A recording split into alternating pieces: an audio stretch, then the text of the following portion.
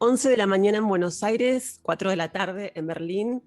Del otro lado de la pantalla lo tengo a Alan Pauls con un poco de nervios de que no se corte, de que el Wi-Fi responda, de que podamos tener el tiempo suficiente para hablar en profundidad sobre la novela y sobre su literatura. Y digamos los efectos colaterales de la tecnología, que es un poco el tema central de su nueva novela. ¿Cómo estás, Alan? Bien, vos, muy bien. Bueno, estuve leyendo, por supuesto, tu novela. eh, y lo primero que te quería decir es lo siguiente. Savoy es un hombre que se dedica a visitar departamentos en alquiler, a ver vidas ajenas. Y se enamora de una mujer que se llama Carla, que se dedica a cuidar casas. Me pregunto si en esos dos rasgos de esas dos personas eh, hay una metáfora de las relaciones entre un hombre y una mujer. El hombre que busca y la mujer que cuida y que contiene. No lo había pensado, pero en realidad no veo, digamos, el papel de Carla lo veo más como de alguien que no se queda a anidar, como es un poco la imagen, digamos, más tradicional de la mujer, una imagen ya un poco vetusta. No, la veo más como una especie de golondrina, como de ave totalmente de paso, que efectivamente se dedica a cuidar casas y todo lo que hay adentro de esas casas, mascotas, plantas, a veces incluso familiares a los que hay que asistir, pero sin en realidad tener ningún tipo de relación demasiado profunda, digamos, o fundada con esas personas y con esos lugares. O sea, en realidad la veo más como alguien, como una hija de la cultura del desapego, si querés, ¿no? Sin que esto signifique que esté ni mal ni bien, digamos, ¿no? Yo diría que en ese rasgo que vos identificás me parece bien, como la relación que cada uno tiene con los lugares donde está o por los que pasa.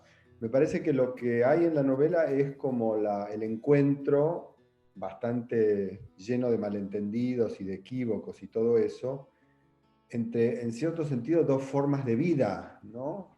Eh, o sea, que no solo hay 20 años de diferencia entre Savoy y Carla, también la diferencia que hay es una diferencia como de modos de existencia, te diría. Y en ese sentido me parece que lo que me gustaba era como hacer encontrar esas dos vidas, ¿no? ¿En qué punto se podían encontrar? Apenas empieza la novela, aparece un personaje que lo voy a mostrar, que es Olomov de Goncharov. Para los que no Sí. conocen, es un clásico ruso y que es un poco la tragedia de la pereza, ¿no? Esa novela. Eh, ¿Qué esconde ser alguien como Savoy y como en este caso Oblomov? Bueno, yo debo confesar que Oblomov es uno de mis personajes favoritos. No leí la novela, pero vi la película. En su momento, un viejo director de cine soviético, que creo que del que ya nadie se acuerda, hizo una adaptación que estaba bastante bien de la novela, y yo quedé completamente como hechizado por el personaje de Oblomov. Eh, Creo que en el caso de Savoy, digamos, la pereza es como la forma negativa, si querés, que adopta como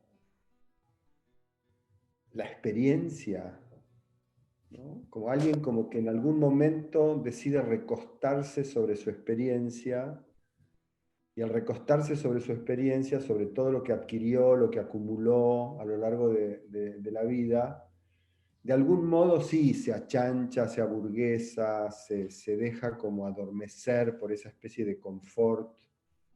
Eh, y al mismo tiempo, y es algo que pasa mucho a veces con mis personajes, ese mismo personaje que se achancha, que se aburguesa, que se instala, digamos, como una especie de masa inerte en un lugar, empieza a desarrollar una especie de hiperactividad mental.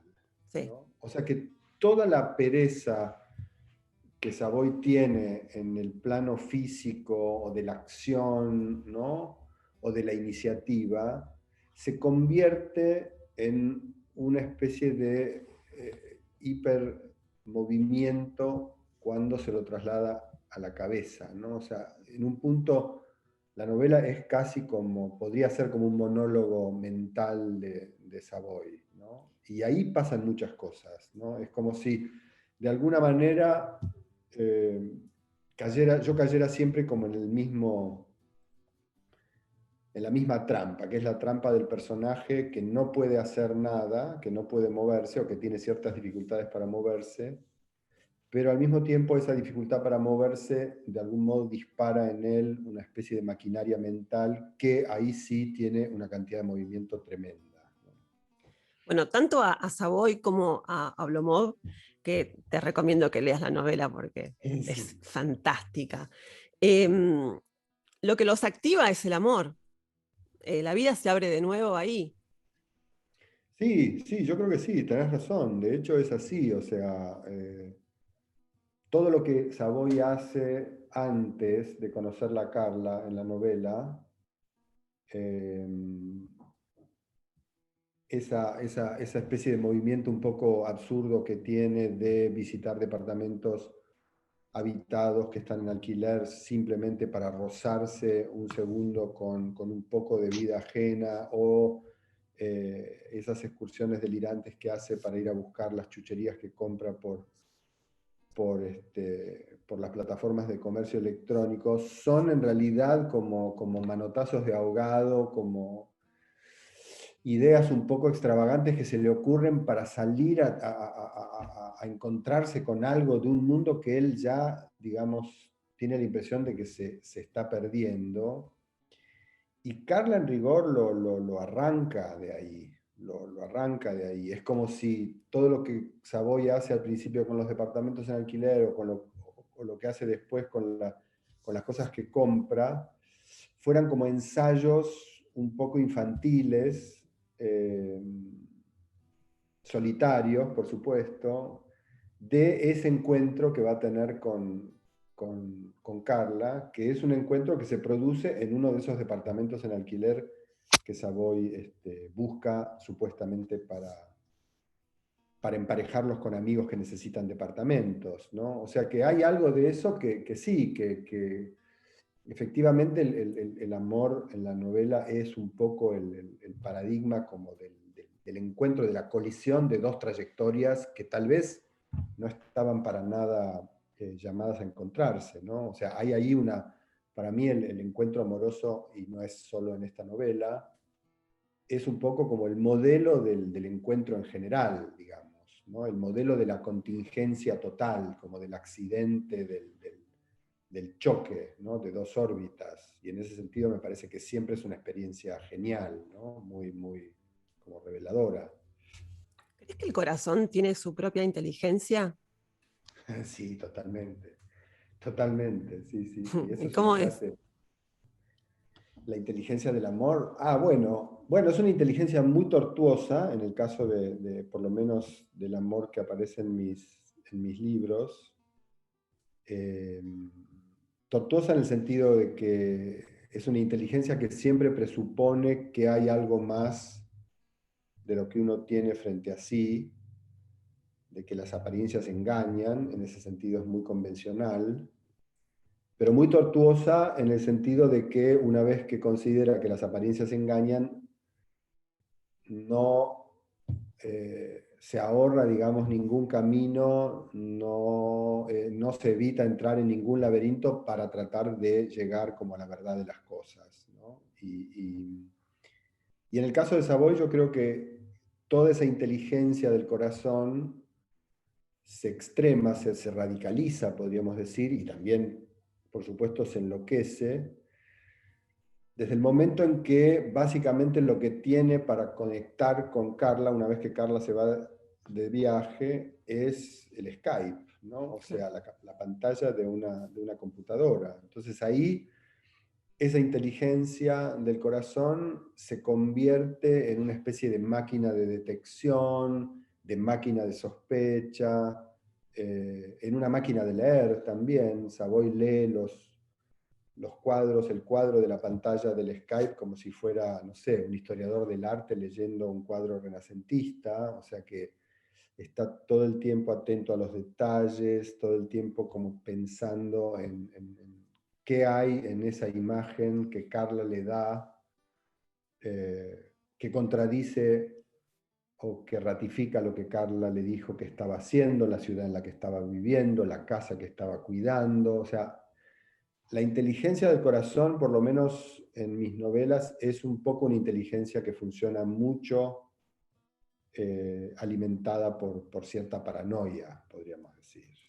Bueno, vos te llevaste a Berlín los diarios de Kafka. ¿Leíste las cartas a Félix? Sí, por supuesto. Sí, sí. Leí Bueno, todas las cartas de Kafka a todas sus novias.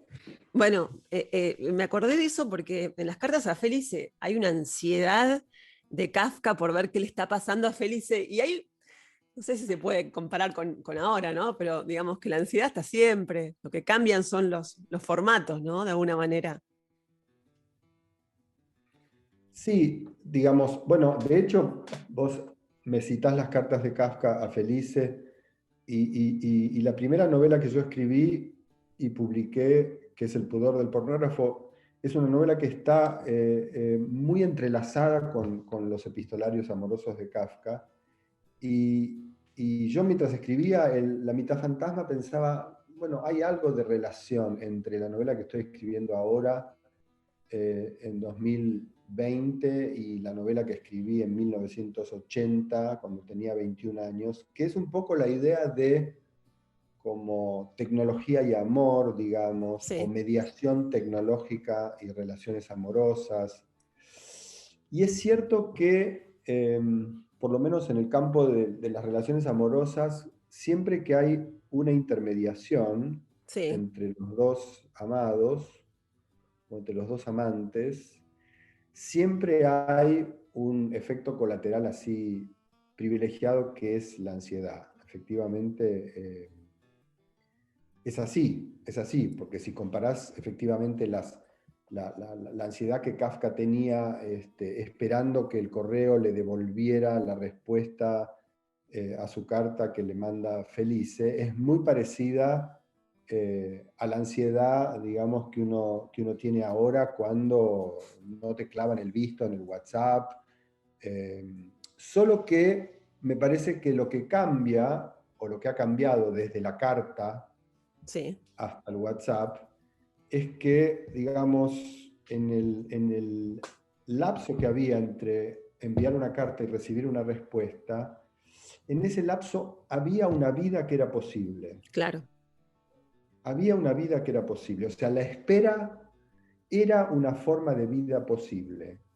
Y hoy yo diría que en esos 3 segundos que tarda el tilde doble, opaco, en brillar con el flujo celeste, no hay ninguna vida posible. O sea, no hay absolutamente ninguna manera de atravesar esa instancia sin perderte en la angustia, en la ansiedad. No importa que el mensaje que estás esperando sea una reverenda imbecilidad, digamos, ¿no? La ansiedad se produce exactamente igual.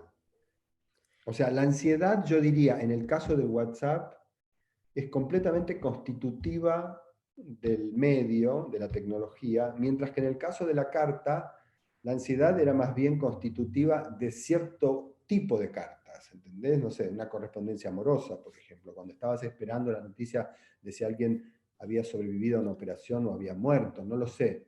Pero digamos, ahora cualquier idiotez que implique la aparición de esa prueba, el visto clavado, produce ansiedad, ¿no? Eso es algo que es bastante estremecedor, me parece. Bueno, vos hablás en un momento de una palabra mal puesta, ¿no? De los malentendidos que se desencadenan en un chat, por ejemplo, ¿no?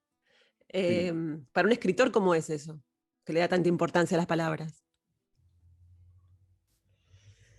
Bueno, yo no sé, o sea, yo creo que, o sea, yo entro todo el tiempo en situaciones equívocas y de malentendido y hasta me he peleado con personas a las que quiero mucho solo por malentendidos, digamos, El tono. de comunicación digital, pero que tienen que ver, por ejemplo, con que la comunicación digital no tiene tono, ¿no? Entonces, por ejemplo, la ironía a veces se pierde por completo, o incluso, digamos, cierta actitud con la que uno escribe ciertas cosas, teniendo la sensación de que las está diciendo, y esa es una de las trampas terribles de la comunicación digital. Esa actitud es una actitud que nunca aparece en los intercambios digitales y yo diría que ahí todo se pierde, ¿no? Es como si esa falta de entonación, esa falta de cuerpo finalmente, porque la entonación es un cuerpo, la actitud es un cuerpo, son las fugas, digamos, por las que se escapa el sentido en la comunicación digital. Y lo que queda es como una especie de frase literal que siempre es brutal, que siempre es descortés, que siempre es imperativa, ¿no? Entonces, en un punto, o sea, yo por supuesto soy un viejo choto usando la comunicación digital en el sentido de que, por supuesto, escribo bien y escribo con todas las palabras y con los signos de puntuación y argumento y me extiendo, o sea, hago todo lo que no hay que hacer, ¿no? Y supongo que debo tener ya una fama de pesado insoportable. Pero me doy cuenta de que hay algo ahí que medio no se sostiene, ¿no? O sea, no creo que se sostenga mucho más eso. Y en cierto punto, yo creo, te diría que, por ejemplo, yo uso mucho mail todavía, porque tengo la impresión ya de que el mail es medio como lo mismo que eran las cartas en la época de Kafka y Felice, ¿no? Claro. Y que del otro lado, alguien que me conteste un mail va a entender eso y va a compartir conmigo esa idea, ¿no? Ahora, en el WhatsApp yo estoy ya completamente en la selva total, en la oscuridad total. O sea, no sé quién hay del otro lado, no sé cómo es la persona que está del otro lado, no tengo la menor idea de Es cómo toda una, recibiría mis WhatsApps largos, bien escritos, con sintaxis correcta. Eh, o sea que ahí estoy completamente perdido y estoy medio a merced del medio, ¿no? ¿sabes que me acordé de una escena que describís de un cruce de viajeros en un tren, esos encuentros fortuitos que describís en la novela, comparados como son los encuentros ahora, ¿no? Que son por una pantalla, por ejemplo. ¿Crees que la falta de presencialidad, escuchar la respiración del otro, ver los ojos reales, ¿no? Eh, ¿Cambia la manera de encontrarse amorosamente con alguien? Porque antes era como vos decís en la novela, vos veías a alguien en un tren y te cruzabas la mirada y algo pasaba. ¿Cómo es ahora eso? Bueno, yo creo que ahí, digamos, una de las amenazas es efectivamente que eso ya no pueda producirse, ¿no? O bien porque la presencialidad sea algo amenazante, contexto COVID, corona, etcétera. Pero también hay otra amenaza que es que ya no puedas cruzar miradas con otra persona por terror a que la otra persona te haga juicio por acoso sexual o avance indebido, ¿no? Que es algo de lo que no hablo en la novela, pero que es una cosa que a mí me preocupa mucho también, ¿no? Porque también ahí hay, o sea, no equipararía las dos situaciones, pero también eso me preocupa en el sentido de cómo afecta eso, esa especie de terror, ¿no? Que de algún modo se ha generalizado. Ahora creo que un poco menos, tal vez porque hubo como un raro overlapping entre la demonización de la presencialidad con el COVID y la demonización de la presencialidad eh, en el sentido de que cuando hay un cuerpo, cuando hay dos cuerpos juntos, cualquier roce entre esos dos cuerpos que no sea previamente pactado, suscripto, consensuado, estipulado, etcétera, etcétera, puede provocar como una especie de catástrofe, ¿no? Entonces, yo creo que efectivamente, digamos, hay una especie de crisis total de la presencialidad, en muchos sentidos, ¿no?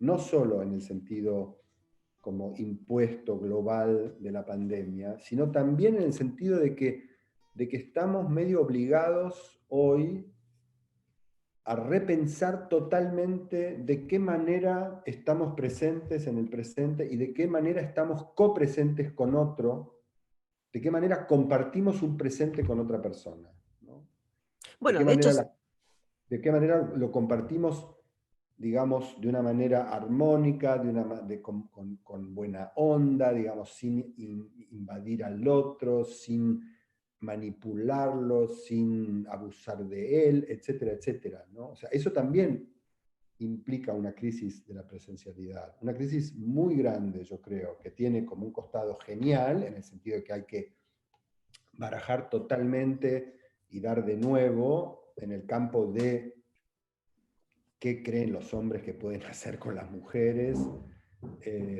Y tiene un lado muy complejo, un poco terrorífico para mí, que es la idea un poco de, bueno, como cuando fui a dar clases a Estados Unidos hace muchos años, y lo primero que me dijeron cuando llegué a mi oficina fue, deja siempre la puerta abierta de la oficina cuando tengas reuniones con alumnos, y no mires a un alumno o a una alumna más de 2 segundos a los ojos. Ese es el máximo de eye contact que te permiten sin que se pase a una instancia medio judicial. Yo dije, wow, bueno, esto es como, o sea, eso fue hace 10, 12 años. bueno, hace bastante. Eh, sí, y yo dije, bueno, estos están todos locos. Y me parece que ellos que estaban todos locos, en Estados Unidos, por supuesto, es un campo, un laboratorio muy fértil de este tipo de experimentos, me parece que la veían venir, ¿no? Entonces sí, yo creo que todo esto está afectando el modo de encontrarse de las personas, el modo de enamorarse de las personas. Me parece que ya la gente se enamora por Tinder, se enamora por Sí, Grindr, se enamora. O sea, ya incluso esas plataformas que fueron plataformas, no sé, hechas para coger, ahora ya parece que la función sexual medio que ya no satisface y ya medio van pasando como de la función porno a la función romántica, ¿no? Y entonces yo supongo que ya eh, plataformas o aplicaciones de encuentros así fugaces sexuales empiezan a convertirse en aplicaciones de amor. No lo claro, sé. O claro. sea, no creo que la gente deje de amarse, eso sin duda. No, no diría, o el amor es romántico y presencial o no es, no, para nada. Pero evidentemente me parece que hay algo muy que cambia, incluso en el sentido de que aún en aplicaciones como Tinder o Grindr o lo que sea, digamos, aplicaciones de citas o de encuentros sexuales, hay algo raro que es como la idea del perfil, ¿no? Son aplicaciones muy basadas en el perfil, o sea, en la autobiografía, en cierto sentido, o la autopuesta en escena. Sí, como uno quiere mostrarse, claro. Es algo de lo que sí hablo un poco en la Sí, novela. sí, hablas. A mí me impresiona mucho esa idea del perfil, ¿no? La idea de como de que uno va por el mundo y hay una especie de réplica de uno en las aplicaciones que lo representa y que de algún modo es el emisario de uno en ciertos mercados, en el mercado del sexo, en el mercado del amor, en el mercado del trabajo. Eh, No, pero pero me parece aparte, que esto es algo que debe cambiar mucho el momento verdaderamente de encontrarse, ¿no? volvamos un segundo al tren ese, ¿sabes por qué me acordé también? ¿Viste El último lector, el libro de Piglia? Por Sí. supuesto que lo conoces. Hay un momento donde él habla sobre la doble lectura que se produce en un tren. Creo que le está hablando de Ana Karenina en ese momento. Bueno, la cita Ana Karenina, como que vos en el tren estás leyendo y tenés el tiempo del tren y el tiempo del libro. Mm, Vos tenés un gran libro, que es este, mm, Trance, que habla sobre la lectura como algo anacrónico, como la lectura y el teatro, las últimas cosas que quedan como algo anacrónico. Y me interesaría que hables un poquito más sobre esto, ¿no? Sobre leer, que describís como una pasión de la imaginación.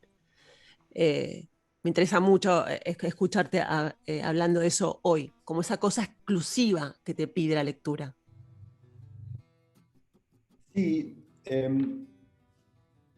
bueno, me reconozco mucho en lo que citás de Piglia, porque es algo, em, sí, que cualquier lector, digamos, ha experimentado.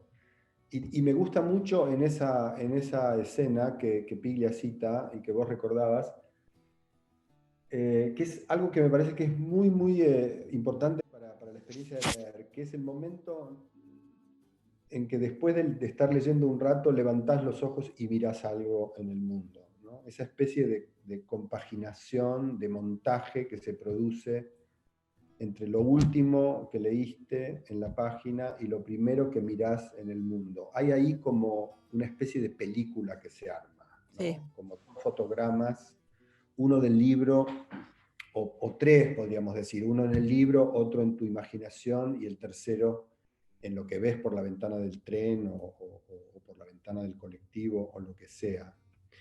Y me parece que eso es algo que hace que la lectura sea genial.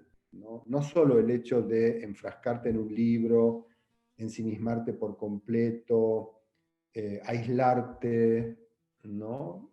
Al punto que te convertís en una especie de criatura invulnerable, vos y tu librito. Yo me acuerdo de chico la sensación muy, muy física, como de que si estaba con mi libro nada me podía dañar, ¿no? Como si el libro fuera una especie de escudo, de blindaje, como de uniforme de superhéroe, ¿no? La idea como de, sí, de que el libro te envuelve y te ampara. Pero me parece que lo genial de la lectura, aparte de ese trance, ¿no? De ese trance como solitario, lo genial Sí. de la lectura es ese momento en el que levantás los ojos y mirás algo, y de una manera completamente fortuita, lo que estabas leyendo, que está en el mundo de esa página, o en tu imaginación, o donde sea, entra en relación muy violenta con lo real, digamos, ¿no? Con lo que Sí. está afuera.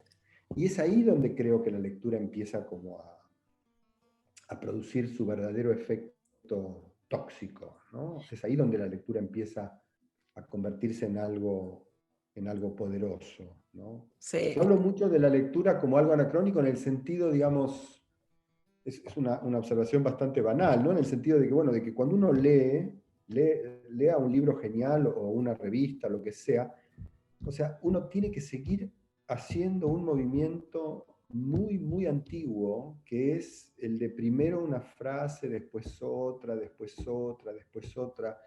Y no hay nada que te permita ahorrarte ese trabajo, ¿no? Cuando uno lee no hay atajos. Eso es lo que me parece genial de la lectura y es lo que me parece tan increíblemente antiguo de la lectura y tan pasado de moda, si querés, porque hoy hay atajos para todo. O sea, se diría que lo que más se produce hoy en el mundo contemporáneo son atajos, ¿no? Se diría que lo que más hay que hacer o lo que mejor conceptuado está es aquello que te permite llegar más rápido a algún lugar, ¿no? Ya sea en Google, o comprarte ropa, o enamorarte de alguien, o viajar, ¿no? Cuanto más rápido puedas hacer eso, cuanto más puedas prescindir de todo el trabajo insoportable que lleva a seducir a alguien, viajar, mejor. Leer no podés pasar de la primera frase a la 24ª sin leer las que hay en el medio. Sí, a No menos que lo podés. leas Sí, pero cruzado, no es ¿no? leer, digamos. Que eso O no es sea, leer, claro. no podés leerlo de otra manera sin violentar por completo la experiencia y la práctica de la lectura.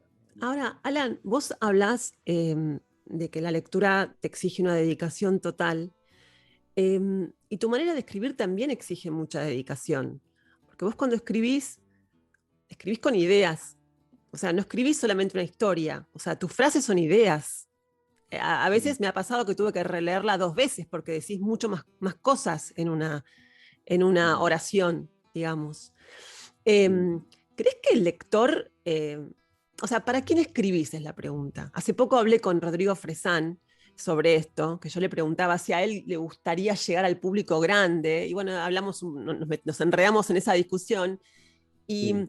y hay algo que me resonó también con vos, ¿no? Porque ustedes son personas que escriben con ideas, y es más difícil, exigís más al lector. ¿Te importa eso? ¿Escribís para vos? ¿Escribís No, para...? bueno, o sea, no escribo para nadie en particular, pero cuando escribo siempre pienso, tengo la esperanza y la fe de que hay alguien para leer lo que yo escribo, de que hay alguien que va a leer esa frase hasta el final, o de que la va a releer, como en tu caso, o que la va a leer incluso 3 o 4 veces.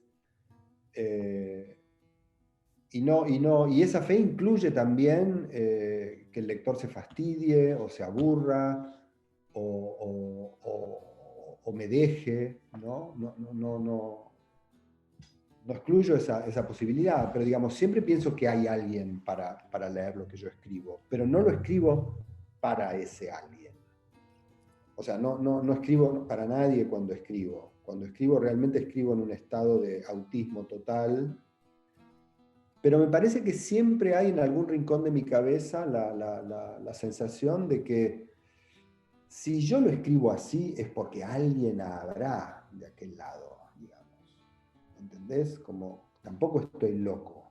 No, no, no, No, no, quiero no. decir, porque en un punto, digamos, en un punto uno puede preguntarse cuál es la diferencia entre un enfermo mental que lo único que hace es producir frases mentales que no terminan nunca, y un enfermo mental llamado escritor que produce frases que no terminan nunca y que tal vez no tengan en la realidad ningún interlocutor posible. O sea, yo creo que la diferencia en todo caso es que yo tengo una cierta certeza de que alguien debe haber. 50, 1, 100, no lo sé. Eso no lo sé, nunca se puede saber. Sí, bueno, cuando hablamos de eso, creo que la anécdota es con Nabokov, o Nabokov, como, no sé cómo se pronuncia bien nunca, que decía que le rechazaron, le dijeron que él presentó un cuento en el New Yorker, le dijeron, esto le va a exigir mucho al lector. Y bueno, a mí me llevó mucho tiempo hacerlo, algo así, Sí, contó Rodrigo Sabés. Entonces, nada, me pregunto, ustedes son como escritores que tienen una escritura compleja, o sea, no se lee fácil, no es así, no pasa, ¿no? Nabokov no pasa. no. Bueno, digamos, a mí me gusta, poniéndome en el otro papel, a mí me gusta que me exijan. O sea, a mí me gusta que me exijan, me gustan las películas que me exigen, me gusta el arte que me exigen, me gustan las personas que me exigen, ¿entendés? O sea, en general, como las relaciones fáciles, como inmediatas, hay algo de eso que a mí me deja un poco frío, ¿entendés? O sea, a mí me parece que la exigencia es una buena fuerza, no es una mala fuerza. Vos escribiste la novela La mitad fantasma prepandemia y la terminaste cerca de la pandemia ya, ¿no? Sin Sí. embargo, y es tu regreso a la ficción después de 8 años, pero sin embargo, en el medio, vos escribiste todos estos libros, bueno, Temas Lentos, que es la recopilación, escribiste este hermoso libro La vida descalzo, que es como una Ujú. oda a la playa, hermoso, que también aparece en el libro, hay Sí. una escena en la playa. Escribiste este que ya nombramos, Trance, que es una especie de inspirado en fragmentos de un discurso amoroso de Barthes, pero hablando sobre la lectura, que para los lectores es un gran libro que ya lo recomendé varias veces. Digo, de Ujú. alguna manera, estos tres libros, Temas Lentos, Trance, La vida descalzo, anticipan esta cosa que vos tenés de bajar, ¿no? De bajar un poco, de volver a lo lento, ¿no? De nadar, de lo lento, ¿no? Sí, sí, ¿No? sí. O sea, todos los tres nombres son estar en trance, ¿no? Estar. Sí, sí, o sea, yo siempre fui muy fan de la lentitud. Siempre me gustaron las películas lentas, siempre me gustaron los romances lentos, siempre me gustaron los temas lentos de la música. Eh, o sea, hay algo en la lentitud que me parece como muy inspirador, te diría. Mm. Eh, no, no encuentro en la lentitud ni aburrimiento, ni pesadez, sino que encuentro como espacio para pensar, hacer cosas, para inventar cosas, para tomar decisiones. Siempre me sentí muy afín a ese ritmo, ¿no? Soy de Tauro, o sea que hay algo también astrológico ahí, como una cierta lentitud, la lentitud bovina. Y Toman sé su que eso tiene tiempo. y sé que tiene muy mala prensa eso, pero cuando yo voy por el campo y miro una vaca y veo el tiempo que se toma la vaca en rumiar ese poco de pasto que acaba de recoger, pienso en todo lo que se está poniendo en funcionamiento en la boca de la vaca y veo, digamos, ese trabajo, y es un poco ese trabajo, el trabajo mental que yo necesito hacer para escribir, y también en cierto sentido es el trabajo mental que hacen los personajes de mis libros, ¿no? Eh, y me parece que la lentitud tiene hoy una especie de plus, si querés, que es que es un tipo de velocidad, porque es un tipo de velocidad la lentitud, no es una no velocidad, es un tipo de velocidad que va muy en contra de una especie de, por lo menos de imperativo de velocidad dominante, que es ser rápido, llegar antes, anticipate, controlalo antes de que suceda, prevé.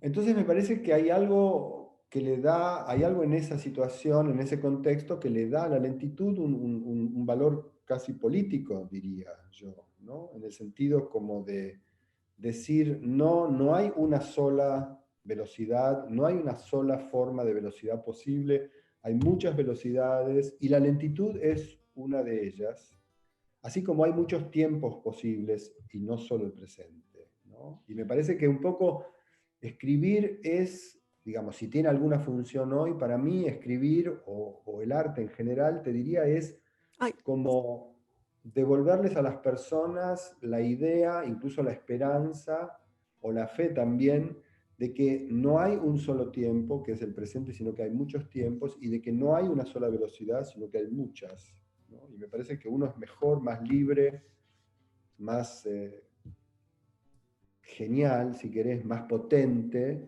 si uno piensa que hay muchas velocidades y no una, y muchos tiempos y no uno, ¿no? vos que sos el escritor del pasado, me gustaría preguntarte, o que cierres la entrevista, eh, pensando en el presente y en el futuro. Qué difícil me la pones para el final.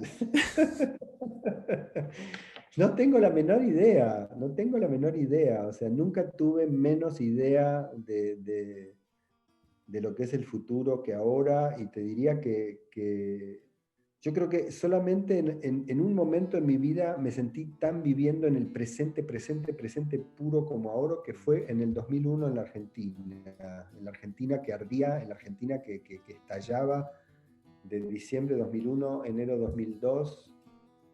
Realmente me parece que nunca me pareció tanto que la vida se comprimía en un presente absoluto como ahora.